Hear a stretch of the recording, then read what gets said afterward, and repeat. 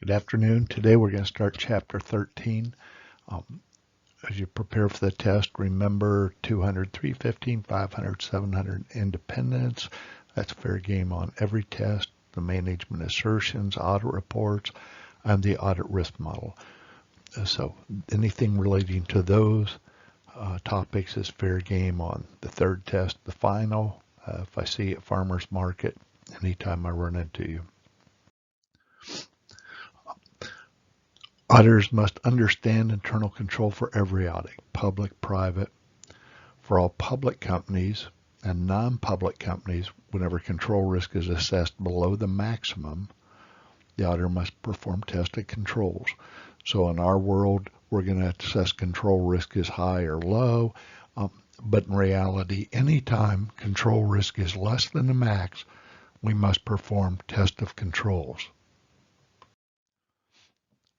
We can't assess control risk as anything other than max unless we perform tested controls.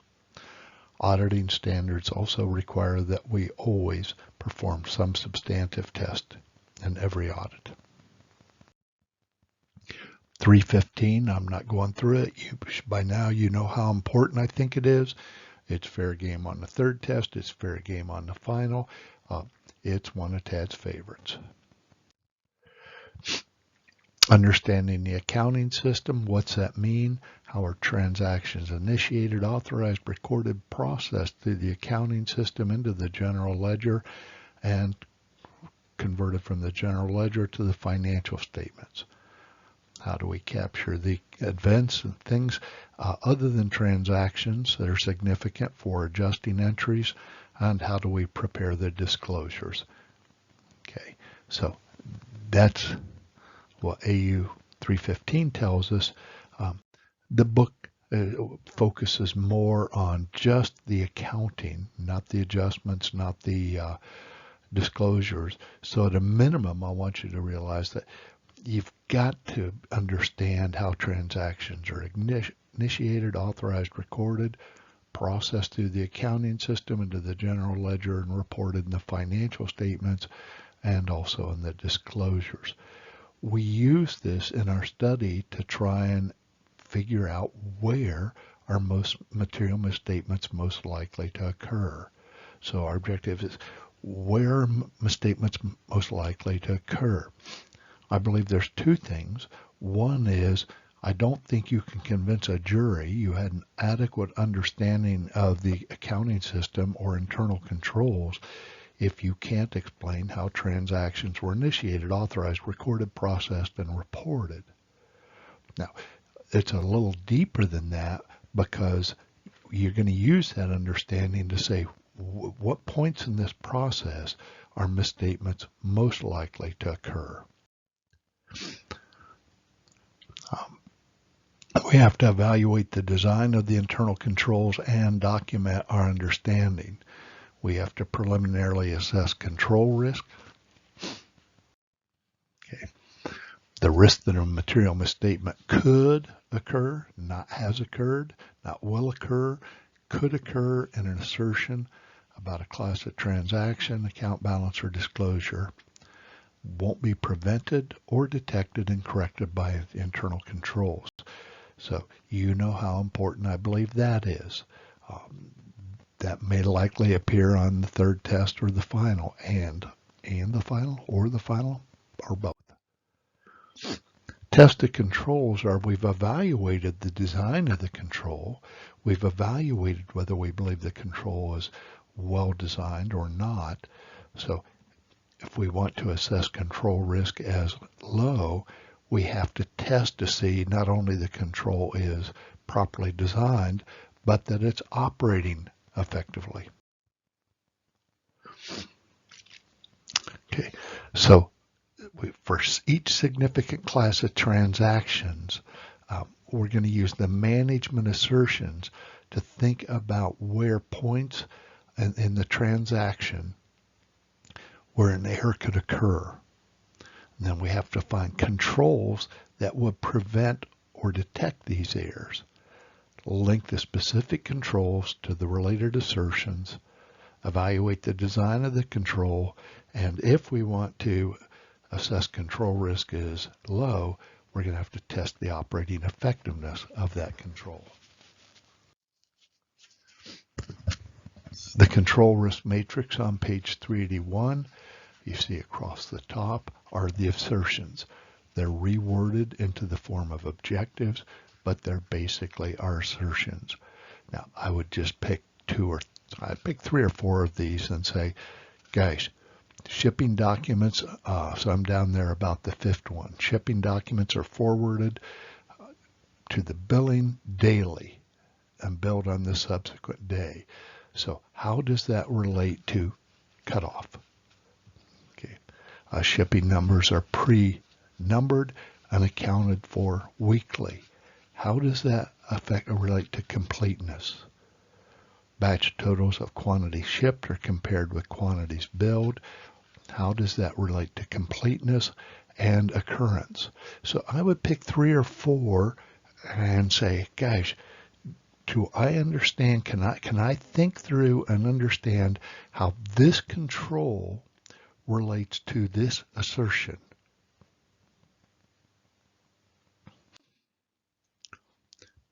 Now on table 13.1, we've got the same controls, but now we've got, how are we going to test those?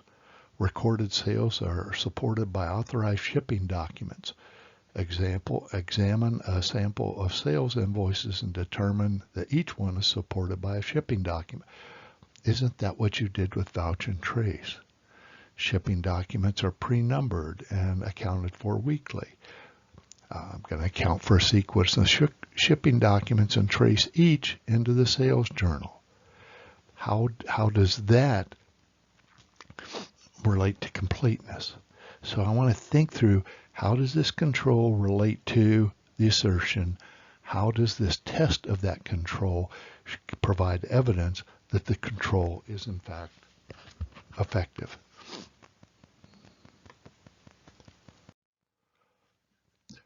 Here's my second favorite table in the whole book. Down the left-hand side, you can see the assertions restated as objectives. Then you see the key control. They're the same controls that were on the previous table. Then you see the test of the control. So how are we going to test it? And again, I would pick 3 or 4 and say, how does this support provide evidence that this control is effective? So I'm down under recorded sales now. Batch quantities for quantities shipped, we talked about that. Examine batch totals for initials, that somebody compared the quantities shipped with the quantities billed. Unit prices are obtained from the price list. Examine the approved price list and make sure the prices on the invoice agree with the prices on the master price list. So again, I just pick 3 or 4. How does this test relate to this assertion? And how does this test how does this control relate to this assertion? And how does this test provide evidence that the test is effective?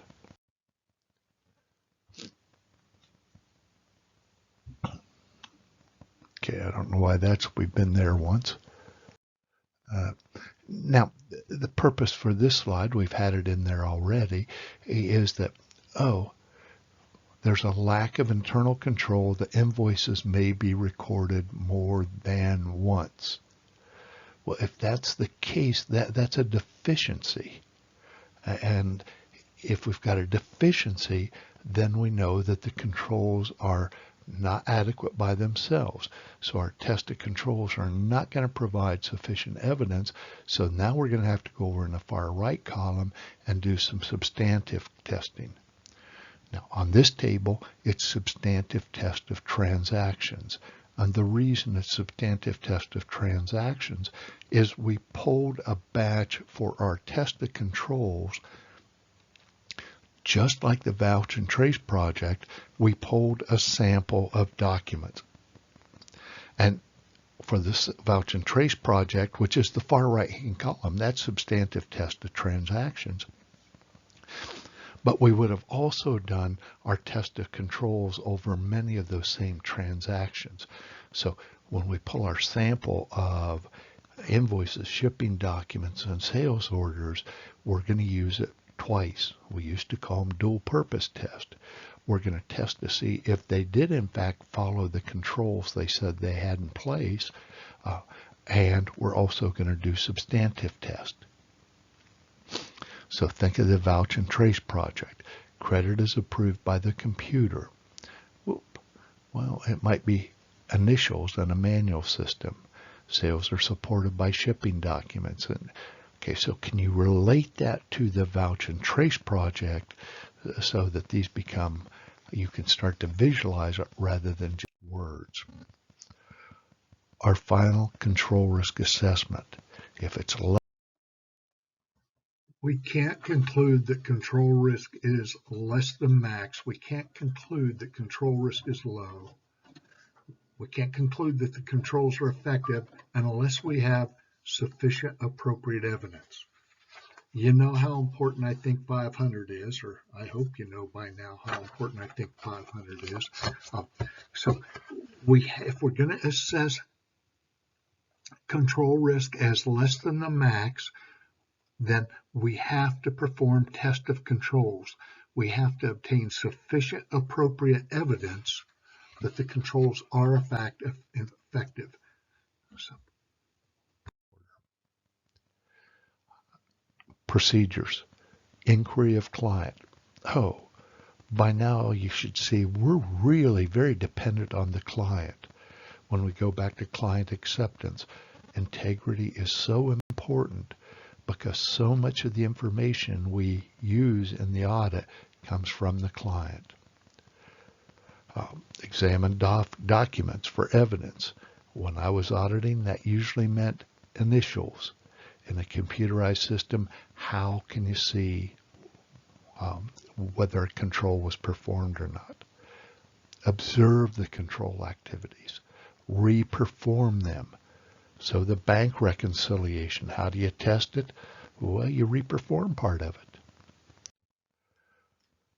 Key control. Credit is approved for each sale. Recorded sales are supported by a shipping document and a sales order. Shipping documents are forwarded data. So pick some, and how does this relate to occurrence? How does it relate to cutoff, completeness, accuracy? So spend a little time thinking about how this control relates to this assertion. Now, if you go back to the vouch and trace project, you took 10 transactions. You did the vouch and trace project to determine if sales were fairly presented. We could take that same sample and use it to see if the controls are in place. So let's reword these for our vouch and trace project. Recorded sales are for shipments. Okay, we've been there. Okay, what's the control? Recorded sales are supported by an invoice. Invoices are supported by a shipping document. Shipping documents supported by sales order, and sales orders have a purchase order. How are we going to test it? I'm going to take a sample of 10 entries from the sales journal. I'm going to vouch those entries to the invoice. Now, in this case, if I'm worried about controls, I'm not saying, is the price correct? Is the dollar amount correct? I'm saying, did they follow the procedure? Yes, no. Is there an invoice for each entry in the sales journal? Yes or no. Is there a shipping document for each invoice? Yes or no. Is there a sales order for each shipping document? Yes or no. On the right-hand side, you see the control occurrence, V11. We're going to see how that relates to the next table. And the results, 10 of 10, 9 of 10, 9 of 10. Was that good enough? Completeness. Sales orders, shipping documents, and invoices are pre-numbered. Observe that the documents in the above sample are pre-numbered. The number of sales orders is reconciled with the number of shipping documents. Select 10 weeks and review the reconciliation. Okay. Then we see for accuracy, we've got quantity and price. The shipping clerk. The shipping clerk agrees that the quantity on the shipping document agrees with the quantity on the sales order. How would we test that? We're going to look at our sample of 10 and see if there are initials on there where the shipping clerk agreed that the quantities were the same. Accounts receivable clerk. Here we're going to worry about quantity and price. So we're looking for the accounts receivables clerk's initials that the quantity on the invoice agrees with the quantity on the sales order and shipping document. We're going to look for the accounts receivables clerk's initials that the price on the invoice agrees with the sales order and the price list. So again, you can walk through this, but we're trying to relate this back to the vouch and trace project. Oh, I could have used that same sample to evaluate whether the controls were effective or not.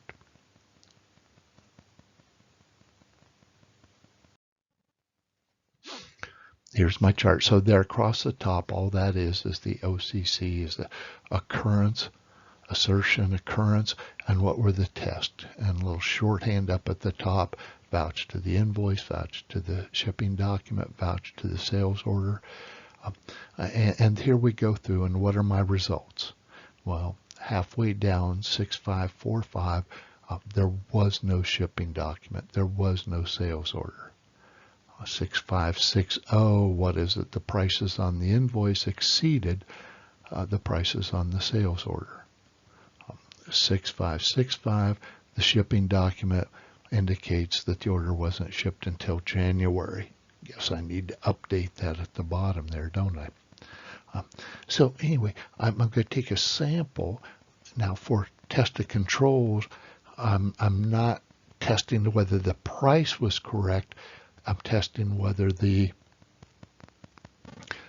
process was correct. Now, yeah, one step in there was agreeing the price on the invoice, but conceptually, tested controls, are they following the controls they say they have in place? Yes or no? Okay. Now, after we've designed and performed our tested controls, we're talking about sales and collection now. We're going to assess control risk for credit sales transaction. After the tested controls, this will be my final control risk assessment. So I have my preliminary control risk based on the design. Now, based on the tested controls, I make a final control risk assessment. Okay. Now I'm going to design and perform substantive test and substantive analytical procedures. Okay, the substantive test of transactions, we would have likely done those at the same time we did the test of controls. We had our sample of 10, we had the documents out. It's just as easy to check to make sure the dollar amounts that are correct while we're doing the test of controls. Then we're going to do substantive analytical procedures for sales, and we're going to conclude on whether sales are presented fairly. In this case, we're assuming the final assessment of control risk is low, that their controls are effective. We did some substantive test of transactions, and we're always required to do some substantive tests, so we'll do some analytical procedures. Okay. Now, we also have cash receipts, and we're going to assess control risk, and we're going to perform test of controls regarding cash receipts and make our final assessment. Now, substantive tests for cash receipts are fairly easy. It's half of the bank reconciliation. So the bank sends us a letter each month that tells us what the client's cash receipts were for the month. So in this case, yes, we're going to test the controls. We're going to observe and test their bank reconciliation each month. And then we're going to do some substantive tests because we have that information from the bank so we can validate cash receipts. We also have accounts receivable. So cash receipt, half the transaction is the cash receipt, the other half is the credit to accounts receivable. So we're going to do substantive test of details for accounts receivable, which we're going to learn in a chapter or two. We're going to confirm, send confirmations to the client's customers and see if the accounts receivable balances are real and correct. And we're also going to, while we're at it, do substantive test for cash, which is basically the bank reconciliation. Okay, the next slideshow we'll talk about substantive test.